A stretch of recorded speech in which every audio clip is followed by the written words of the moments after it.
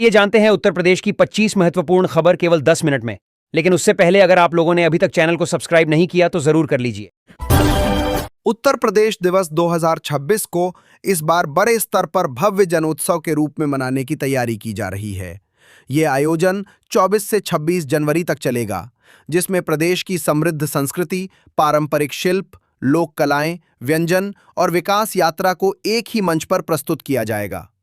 मुख्यमंत्री योगी आदित्यनाथ ने बताया कि इस कार्यक्रम का प्रमुख आकर्षण एक जनपद एक व्यंजन योजना होगी, जिसके माध्यम से प्रदेश के हर जिले की पारंपरिक खान-पान संस्कृति को पहचान और बढ़ावा मिलेगा। इस आयोजन के जरिए प्रदेश की सांस्कृतिक विरासत को राष्ट्रीय स्तर पर प्रदर्शित किया जाएगा। कानपुर में अवैध निर्माणों के खिलाफ केडीए की कार्रवाई लगातार तेज होती जा रही है।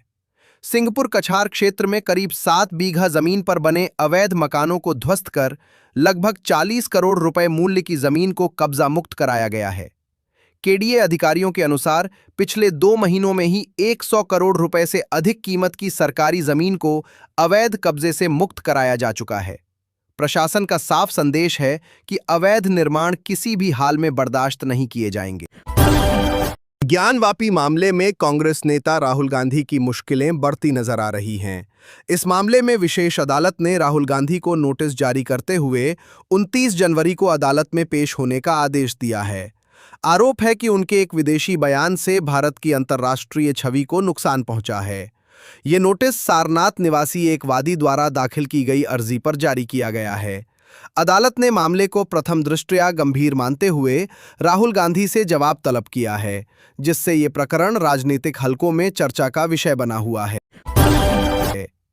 वाराणसी के ऐतिहासिक हरिश्चंद्र घाट के पुनर्विकास का कार्य अगले 7 महीनों में पूरा किए जाने का लक्ष्य रखा गया है।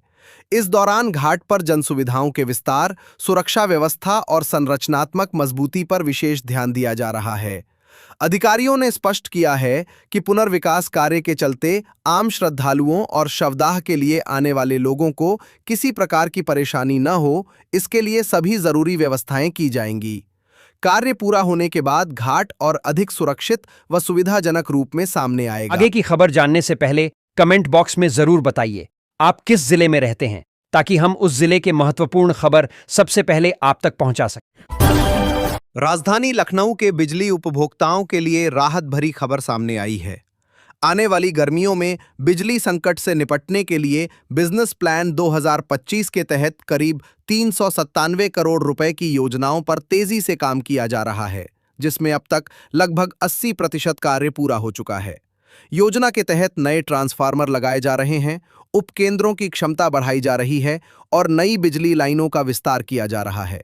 इन प्रयासों से राजधानी के करीब 14 लाख बिजली उपभोक्ताओं को बेहतर और निर्बाध बिजली आपूर्ति का लाभ मिलने की उम्मीद है।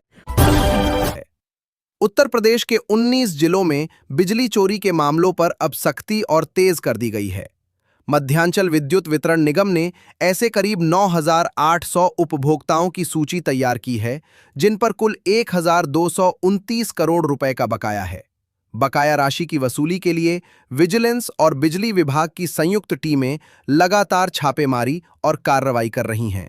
विभाग का कहना है कि सरकार की एकमुश्त समाधान योजना के बावजूद बहुत कम उपभोक्ता इसका लाभ ले रहे हैं, जिसके चलते अब सख्त कदम उठाए जा रहे हैं। राम मंदिर की प्राण प्रतिष्ठा को अब 2 वर्ष पूरे हो चुके हैं। इस अवधि में अयोध्या में धार्मिक और सांस्कृतिक विकास की नई तस्वीर सामने आई है। मुख्य राम मंदिर के साथ साथ परिसर में 14 अन्य मंदिरों का निर्माण भी पूरा किया जा चुका है। आज ये विशाल मंदिर परिसर न सिर्फ श्रद्धालुओं की आस्था का केंद्र बन गया है, बल्कि ये संघर्ष, संकल्प और सांस्कृतिक पुनर्जागरण का प्रतीक भी माना जा रहा है। अगर अभी तक आप लोगों ने चैनल को सब्सक्राइब नहीं किया है तो चैनल को सब्सक्राइब तुरंत कर लीजिए, क्योंकि सबसे पहले आपको उत्तर प्रदेश की महत्वपूर्ण 25 खबर यहीं मिलेगी।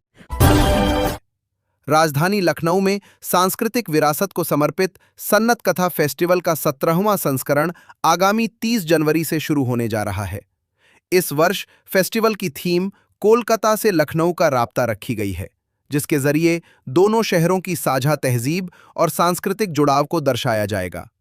आयोजन में संगीत, साहित्य, खान पान और कला के माध्यम से लखनऊ और कोलकाता की सांस्कृतिक विरासत को एक ही मंच पर प्रस्तुत किया जाएगा, जिससे कला प्रेमियों को एक अनोखा अनुभव मिलेगा। उत्तर प्रदेश में परिषदीय और सहायता प्राप्त स्कूलों में पढ़ने वाले छात्रों के लिए राहत भरी खबर है।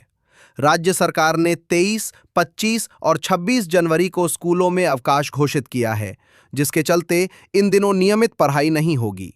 इस फैसले से न केवल छात्रों को बल्कि शिक्षकों और विद्यालय कर्मचारियों को भी राहत मिलेगी। छुट्टियों के चलते गणतंत्र दिवस से जुड़े कार्यक्रमों और व्यवस्थाओं को सुचारू रूप से संपन्न कराने में भी मदद मिलेगी। प्रयागराज शहर में सार्वजनिक परिवहन को अब नई रफ्तार मिलने जा रही है।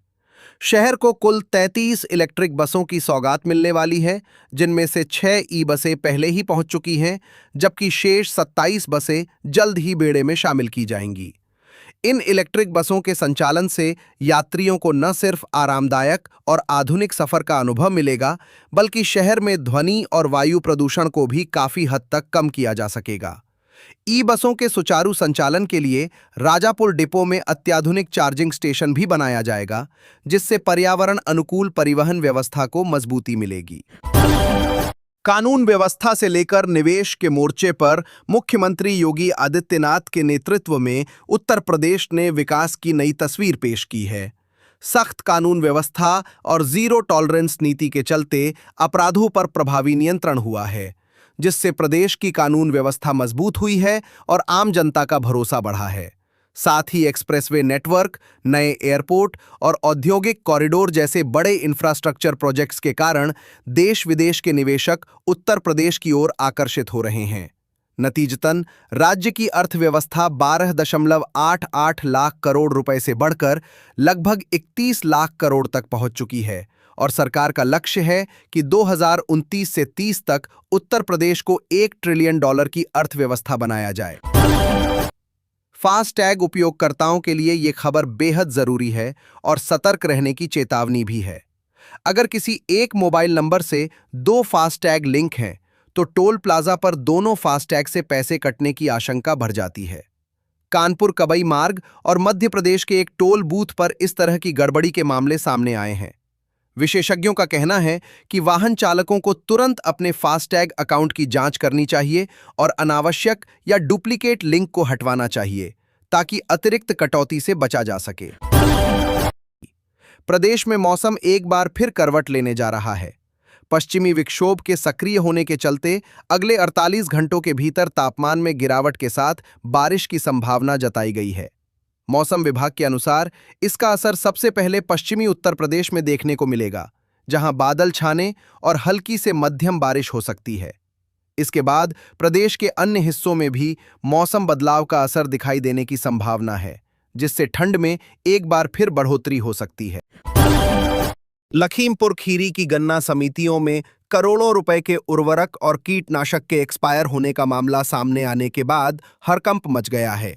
मामले को गंभीर लापरवाही मानते हुए विभाग ने 2 कर्मचारियों को तत्काल प्रभाव से संबद्ध कर दिया है। अधिकारियों के अनुसार इस लापरवाही से सरकारी धन का बड़ा नुकसान हुआ है। पूरे मामले की निष्पक्ष जांच के लिए डीसीओ सीतापुर को जिम्मेदारी सौंपी गई है, जिन्हें 7 दिनों के भीतर जांच रिपोर्ट प्रस्तुत करनी होगी। रिपोर्ट के आधार पर आगे की कार्रवाई तय की जाएगी। बाराबंकी जिले के लोगों के लिए एक बड़ी राहत की खबर सामने आई है। लखनऊ से देवा होते हुए सीतापुर जाने वाले मार्ग को 4 लेन बनाने की दिशा में तैयारियां शुरू कर दी गई हैं। राष्ट्रीय राजमार्ग प्राधिकरण ने इस परियोजना को लेकर सर्वे का काम शुरू कर दिया है और इसके लिए 2 वैकल्पिक रूट पर अध्ययन किया जा रहा है। अधिकारियों का कहना है कि सड़क के 4 लेन हो जाने से यातायात सुगम होगा और भविष्य में जाम की समस्या से लोगों को काफी हद तक राहत मिलेगी। जाते जाते बस इतना कहूंगा, वीडियो को लाइक जरूर करिएगा और कमेंट बॉक्स में अपने जिले का नाम जरूर लिख दीजिएगा।